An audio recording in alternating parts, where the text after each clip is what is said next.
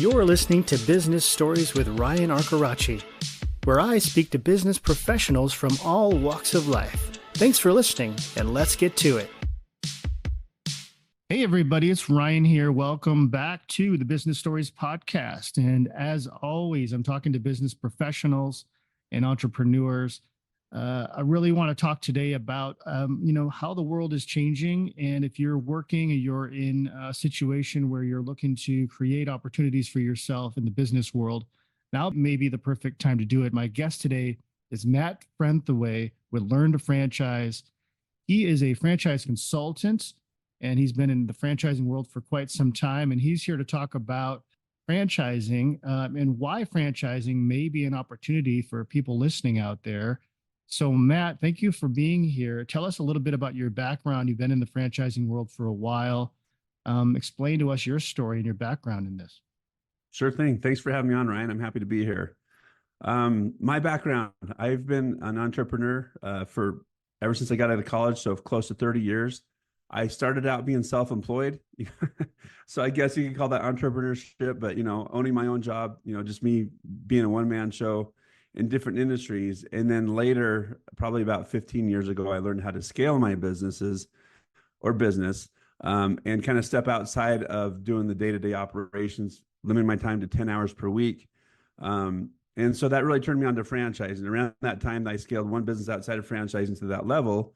I had a partner, and we made a local company into a national franchise using the systems and things I learned how to scale companies to be more semi-absentee, give yourself the free time. So that was my foray into franchising. We became a franchise in 2018, and then a larger company came and bought me out. And then I was not a franchisor anymore, but I stayed as a franchisee with that franchise. And since then, I've become a franchisee of other brands as well. But what I learned through that process and why I like franchising is because it's kind of like building a foundation for you before you even become a business owner, and then you can go vertical right away. Franchising allows people to save lots of years in pain and suffering and learning how to do it the wrong way so they can do it the right way from the get-go. So it's just a lot faster path to success. I wish I would have known about franchising 30 years ago when I started a business, and then I wouldn't have to be self-employed for so long. But I literally like franchising because they teach people how to scale, make it a lot more efficient and productive for people so they can be successful faster. When you're out there, evaluating and you're talking to candidates, what are some things people need to understand, or what are some things you look for in somebody who's considering franchising? Because obviously business ownership and franchising is not necessarily for everybody. So what should people be aware of, or what kind of personality traits do you look for to find an ideal candidate for this? Yeah, so normally the people I talk to come from corporate America. They're usually C-level execs, some managers and directors, but those people seem to do really well in franchising because they already have the skill set to run a business. They're just running somebody else's business in the corporate world. They know how to manage people, hire people, know how to market, what works, and so they can just transfer that skill set over to owning their own business, and franchising already has that path set up for them. So that's the type of people I work with most. Honestly, I have two sets of people in that arena. One is people are just sick of corporate America, and they just want to own their own business and have that freedom of time, that anonymity that they get with owning a business. And so they own a franchise and they transition out of corporate America into owning their business full time. That's one type of person. Other people want to stay in corporate America, or they might own other businesses and they just want to diversify their income. And franchising has proven to be a great way for them to do that because it can be kind of like a side hustle. I don't want to talk down on that respect, but it's just another income source where they don't have to spend a full-time hours running the business. So a lot of people stay corporate America and they own a side business like a franchise to diversify income. What do you think is most important for people who want to get into franchising? Because, people think, well, I want to run a business because I want to make a lot of money and I want to become rich, but that's not always the motivating factor.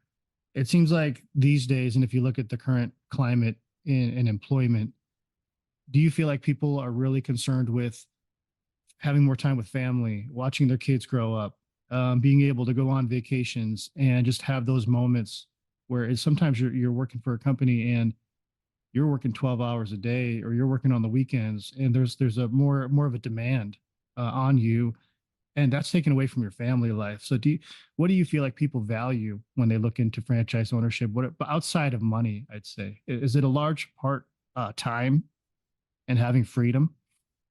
Yeah, I think that's one of the biggest ones. And to be honest, I never talked to anybody, even people who are making millions of dollars a year in corporate America. They never really come back and say, I just want to make another million. I need another 2 million to make. This is Yeah. why I'm buying a franchise to make a million. No, I don't ever hear that. Here's the things I hear from people. They want freedom of time. Um, so they say things like, I need my company, I need my franchise to make X amount of money per year so I can pay my family bills, which will allow me to go travel with my family or be involved in the community and add back to the community, employ people and give them opportunities they wouldn't have, me providing the opportunity for them. Family, like I said, is a big thing that people want to have, is time with family, freedom of time, not having the risk of losing their job. That's another thing that people want to get away from, is not always being on the hook or on, eggshells. If they do something wrong of getting fired, they want the stability that owning their own business can give them. So it's not about the money, it's about the intangibles that the money can provide for people. And that's what I see. That's what people want. They don't want millions of dollars necessarily. They just want the freedom that money can buy them. And it doesn't have to take millions of dollars to do that. Yeah. When it comes to them selecting someone like you to help guide them in the right path, there's a lot of franchise consultants out there. Matt, how do you think you are unique or different compared to other consultants? I know you have the experience, the decades of experience, obviously. What else do you think? How do you tweak your process to really help people more, or how are you unique compared to others out there? I'd say there's lots of franchise consultants out there, and I'd say to the audience, choose one you feel most comfortable with and who you trust and who you resonate with most, whether it's me or somebody else. That's the first thing I'd say. But a reason somebody might want to use me is I get my experience. I've been on the independent business side, owner side. I've been on the franchisor side. I've been on the franchisee side, and I'm still a franchisee. I still run franchise business, so I walk the talk. And so I've seen it from all different angles, and that type of skill set, so to say, I'm able to put with my candidates and let them look at all different angles too, so they can understand all sides of the equation. Another thing that somebody's going to get with me is I'm not going to pressure them into owning a franchise. It's a big life decision to own a business. Owning a business is not easy. Just like anything in life, it's not going to be like a turnkey thing. You buy a franchise, you're going to make lots of money. You got to put some work into it. So I understand that it's a big decision. And whether somebody ends up buying a franchise with me or not, they need to do what's important for them. And so I never want to pressure people into they have to own a franchise. I just want to lead them down the path and show them great franchises that work for them and help them do a great evaluation process, and then let them make the decision. Talking about the process too, like, can you walk us through sort of the step-by-step processes to make sure they are making the best decision and they're on the right track with this? Obviously, this, like you said, it's a big life choice, and they don't want to look back 6 months or a year later and go, oh my gosh, what did I get myself into? Right? They don't want to have that regret or that worry. So because it is a big decision. Like, how do you guide them through that decision-making process? Yeah, that's a great question. So here's the best way, and people can do this outside of having a consultant, but a consultant can just make it a lot faster for them, and they already have relationships with franchises that they like and trust. So they narrow that thousands down to hundreds, which my broker's done with FranChoice. So that being said, what a person needs to consider are what are the characteristics that they want in their ideal business. They should take all the industries, all the brand off, all the labels off of the business they think they want to have, but just look at what characteristics they want. Some examples would be like, what's their budget? How much money do they need a franchise to make? How many employees do they want to have? Even to the level of what kind of employees do they want to have? Do they want to have low skilled, lower wage employees, which is good for the bottom line, but there's also with the risk of higher turnover with that. Or do they want to have more skilled employees that it's going to be more of a career path for their employees, which is going to pay them more, but they can also be with you for a long time. Those are a couple of characteristics. Where do they want their franchise to be located? That's a big thing. They have to make sure that the franchise is available with where they want to be located. There's about 20 to 22 different characteristics that I figure out with my candidates. And then from there, you can find the franchises that match up to those characteristics and actually look at brands and industries. But the first thing is characteristics. What does a day in your ideal life look like? And what do you want in your business, excluding the brand and the industry? Yep. And that's how I How, help people. I help them understand those characteristics. and when you look at 22 characteristics and then you're looking at the financial side of it and all the other things you have to do, like how long does it take if someone says to you, "Hey, Matt, you know what? I'm really excited. I want to get into something soon." What's that timeline look like? Are we looking at 6 months, a year? Like what's sort of and if someone's in a job and they want to transition into franchise ownership, how does that all get navigated in a timeline? Yeah, that's a great question too. So to find a franchise that to find and evaluate franchises, ultimately ending into the one that you end up owning, it's going to take probably 4 to 6 weeks to do that. You're going to spend probably 1 to 2 weeks with me in working on the characteristics, and then me putting together a model and finding 3 to 4 franchises that match up to them. And then I turn them over to the franchises. They start talking directly to the franchises, and that's about a 2 to 4 week process actually. They talk to the franchises and go through that, and I coach them along the way. So you're looking at that time span. Now, once a person finds the franchise they want to own, it can go two routes. It can take up to a year to open up the doors of their business if it's retail or bricks and mortar, because they have to find the real estate, get the real estate built out, and that takes some time. Now, if it's a service type business where they can rent out of a small industrial office or a professional office or even out of their home, they can get launched in as little 60 to 90 days after they sign the franchise agreement. So that's the time you're looking for the evaluation process. What I say, 3 to 5 weeks, something like that. Just call it 4 to 6 weeks. And then after to open the doors of their franchise, just depends on if it's bricks and mortar and service based. Yeah. That's good to know. One more thing I wanted to add to that. If a person wants to look at a franchise, it's going to take some time. You know, my services are at no cost to them. I don't charge for them, but it's going to take some time on their part. And you're looking at probably you need to invest 5 hours a week roughly during the evaluation process to do really good due diligence. If a person can't find the 5 hours per week, they need to find that, or else they're not going to be able to do a good due diligence. So that is a time requirement I think people need to understand. One thing I want to ask you too that I think is interesting is that we're in a time where people are, I think, feeling the pressure. We've got an upcoming election in November. The economy seems to be, in a rocky place in terms of inflation and things. People are really worried about finances out there. If we look at the times right now, Matt, like, what advice do you have for people that are maybe thinking about this, but they're also concerned about all the other things going on politically? I don't want to get political, obviously, but I want to talk about the political, I guess, volatility and things going on right now. I hear a lot in the market, people saying, well, I don't know what's going to happen with the election, and I'm afraid to do anything because I don't know where things are going to be. What's your advice there when people express that fear or that worry to you? Yeah, I get that a lot, especially like since COVID. I don't think things have changed much on people's fear on when to start a business. Right. COVID's like, I mean, the economy did good after COVID, but honestly, people don't know if the economy is doing good until hindsight. So that is always a fear that people in elections, there's always elections coming up. It could be a state election. It could be a national election. It's just, I hear that all the time. Yeah. But what I tell people is, now is the time anytime's a good time to start a business. Now, as far as which businesses start, that's what you got to pay attention to. Yeah. If you're concerned about recessions, if you want to be fairly insulated from recessions, then that's a characteristic, by the way. They want to have a recession resistant business. Then a person needs to look at businesses where their clients really need to spend the money on their service or product. It's not a discretionary income, but they need to have that service no matter what the economy is doing. And so fire, mold, and water remediation is a great example of an industry that has to be done. Like if you have a leak in your roof, roofing's another one. If you have a leak in your roof, or if your house gets flooded or hurt by fire, it doesn't matter what the economy is doing. You got to get that fixed. And so that's recession, and also insurance pays for that usually. So that's recession resistant. So I would say anytime's a great time to start a business. Just hone in on the industry that you want to get into to make sure it's not vulnerable to political and economic cycles. Yeah. Yeah. And you also said you have some resources for people listening to you. I think you said you had an ebook, so I wanted to ask you about that. Anybody listening who's interested, talk to you. You said you had an ebook. Can you tell us about your ebook that you're offering as well? Yeah, I'm happy. Anybody reach out to me.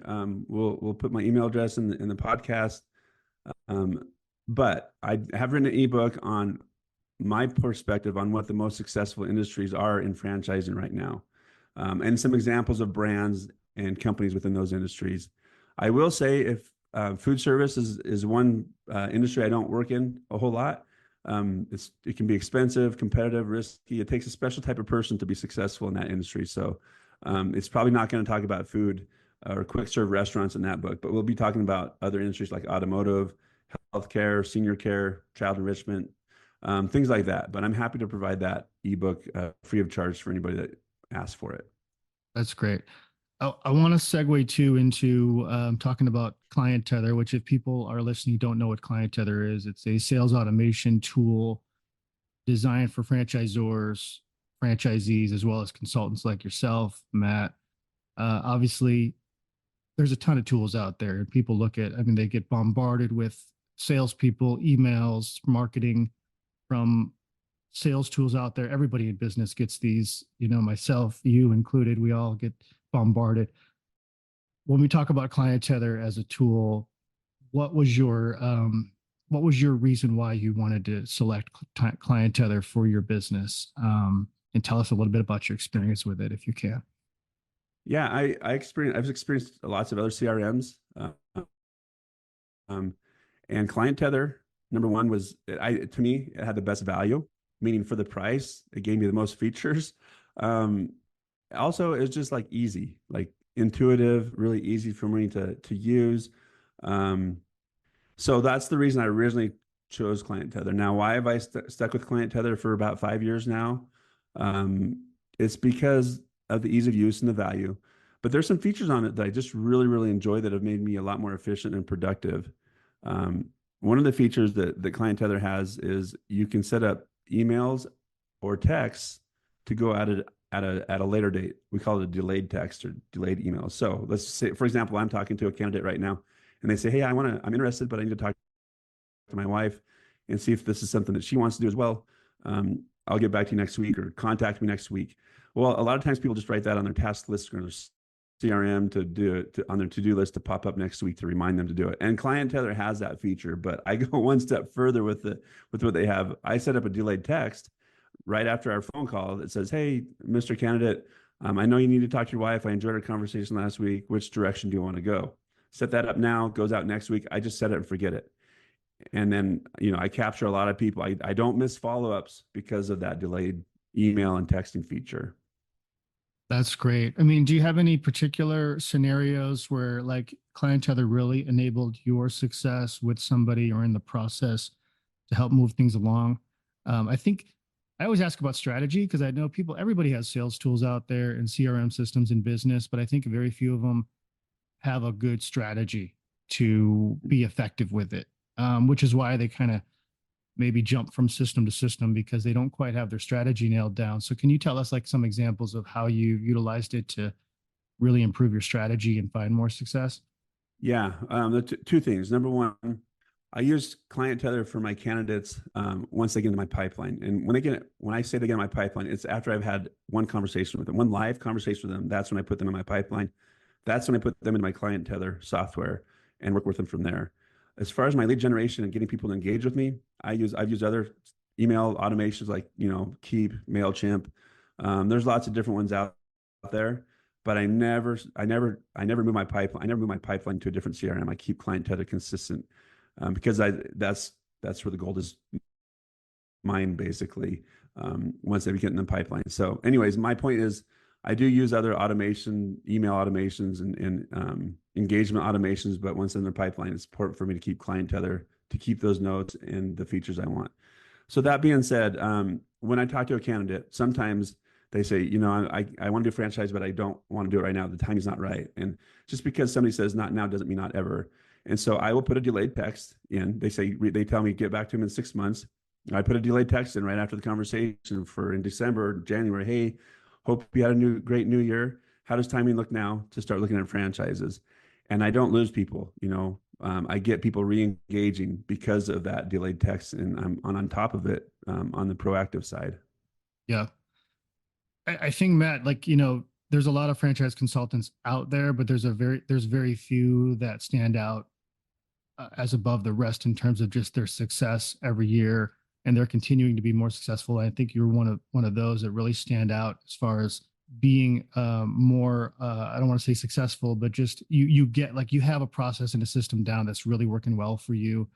What do you think separates the the top performing consultants from those that are just not quite there yet, that might be frustrated. I think Clienttether is probably a part of that. But what else is it that you think separates those from the others? You know, it's like franchising systems and processes. Yeah. Make sure you have your set systems, you just step-by-step basis, and you don't really veer away from that. You Yeah. can improve on each step of the way, but keep those set systems. But honestly, there's some people out there that just use Excel spreadsheets, and they try to track their leads or their candidates that way. And it's just not very efficient. We have better technology now. And so honestly, it's just follow up, follow up, follow up. That's really what I think makes me be set apart from others. Is just my follow-up systems, and Clienttether is a huge part of me being able to follow up with people Yeah. efficiently. Yeah. That's great. Well, I mean, this has been a great conversation, Matt. Where can people, if they want to get a hold of you to learn more about franchising and business, what's the best way to reach you and to get the process started? And how also can they access your ebook? I think you said they can just email you for it. Can you give everybody your contact info so they can reach out? Yeah, yeah. Anybody that wants to know more, or just chat with me for a few minutes, or get a copy of the ebook, you can email me at Matt, that's with two T's, MATT, at learn2franchise.com. The two is a number two. So learn2franchise.com. Learn2franchise.com. Matt Frentheway. Thank you, Matt. It was a good conversation. I really appreciate it. And I look forward to talking to you more as we work together. Thanks, Ryan. I appreciate you having me on the show. No problem. Hey, this is Ryan. Are you in the market for a customer relationship management system for your business? Well, before you drop a dime, pick up my book, Customer Relationship Management Exposed, now available on Amazon. Just search Customer Relationship Management Exposed in my name, RyanArcoraci. This is your definitive guide to saving money before purchasing a CRM, so pick it up today.